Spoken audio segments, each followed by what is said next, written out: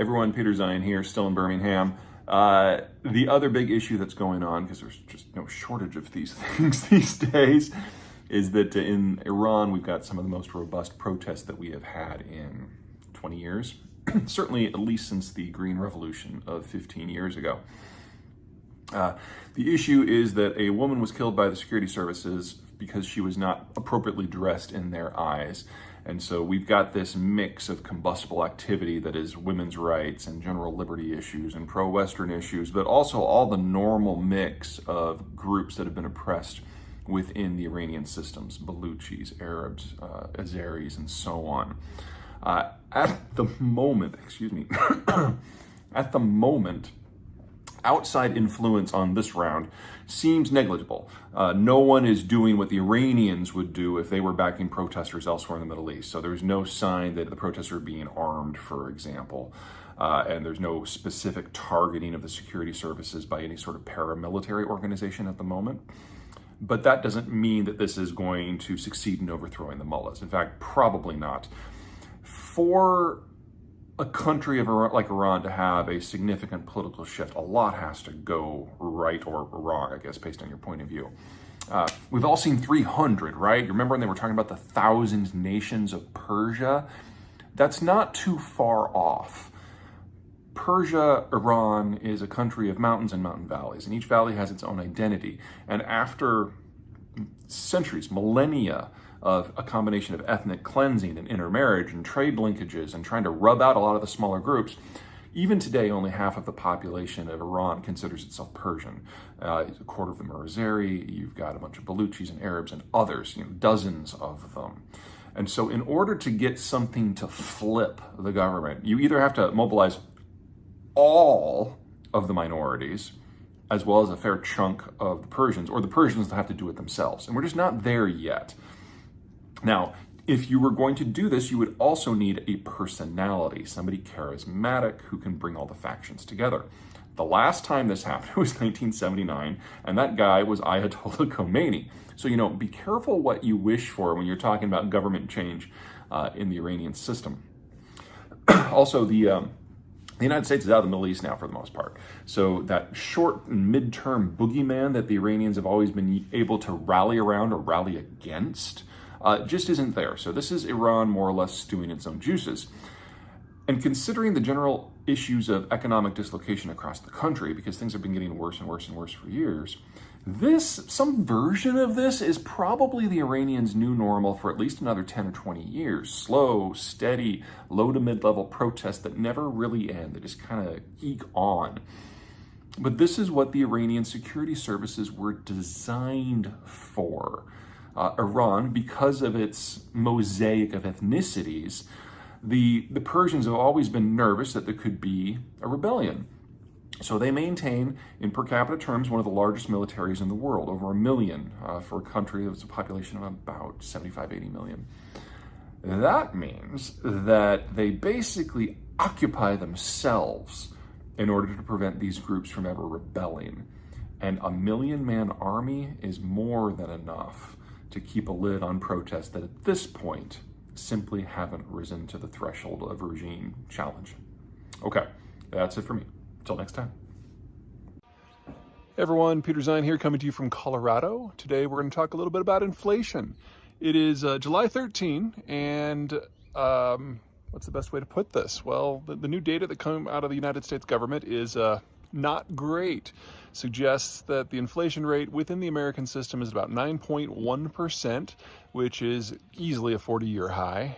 And if you look at most of the things that are going on with the markets and with jobs and with energy and with food, it's going to be going up. So let me just kind of knock down all of those real quick so you see where we're coming from.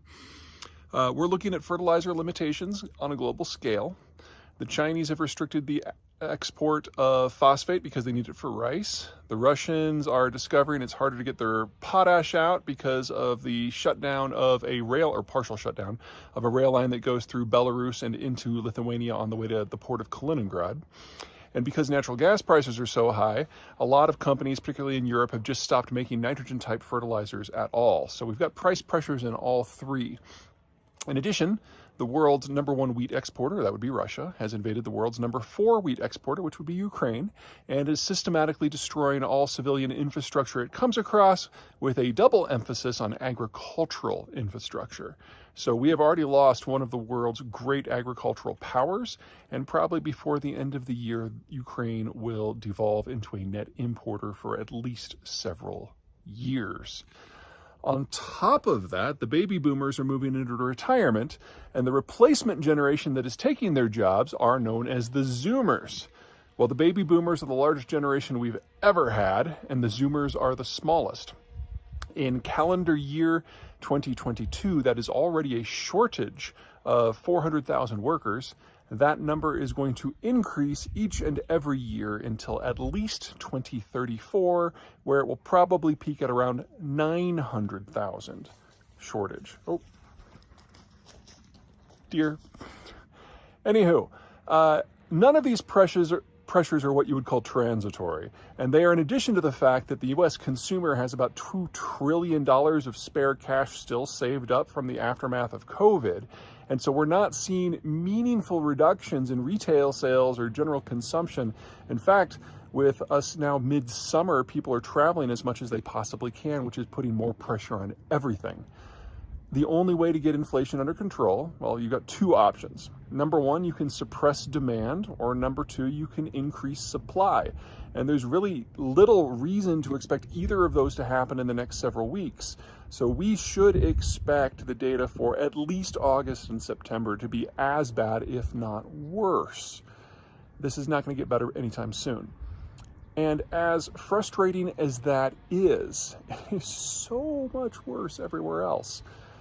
Now, the United States may have a slightly damaged demography, the whole boomer versus zoomer problem. But America's baby boomers did something that most of their equivalent cohort around the world did not do. They had kids. And so say what you will about the millennials, and there's so very much we can say about the millennials. They're here. They're spending now, they're going to be investing in a few years. And that gives the United States a ballast demographically and economically that most countries in the world don't have. Now, why does that matter for inflation? Well, it means that the U.S. Federal Reserve still has a consumption profile that it can regulate with interest rates. So the Fed is likely to do another sharp rate increase very soon, and at least 1 or 2 more before the end of the year. Because the American system has consumption, we have a tool that is still appropriate to the situation. The Europeans don't. The Europeans don't have much of a millennial generation. So if they were to raise interest rates, it really wouldn't have any impact on consumption. So if they raise rates at all, they're going to be going more slowly and in lower increments. And that is widening the differential between rates in the United States versus rates in Europe, which is pushing the euro through the floor. Just today, same day that the inflation data came out, the euro officially dropped below parity, something that it hasn't done in 20 years. And while there's always all kinds of fun and crazy stuff that happens with currency trades, on the whole, we shouldn't expect it to ever recover. There's no consumption. Interest rates are not an appropriate tool. You should expect capital costs in Europe to steadily rise at the same time that in the United States, there's a greater return on any sort of investment. That tells me, whether you're looking at food or energy or labor, North America is in a better position. And so North America is going to be the safer investment bet, and we just have this massive flow of capital across the Atlantic. That makes inflation in Europe even worse, because oil is dollar denominated, natural gas is dollar denominated, food is for the most part dollar denominated, so is fertilizer, so is iron ore, so is bauxite, so are most of the commodities and most of the finished metals. And now the Europeans are not simply dealing with less consumption and less economic activity and more exposure to Russia. They're also dealing with an environment of a currency weakness. So everything that they need to make modern society work has to be imported in someone else's currency, and that currency is going through the roof. So yes, inflation in North America, it's bad. It's probably going to get worse. Nothing compared to what the Europeans are wrestling with. Okay, that's it for me. Until next time.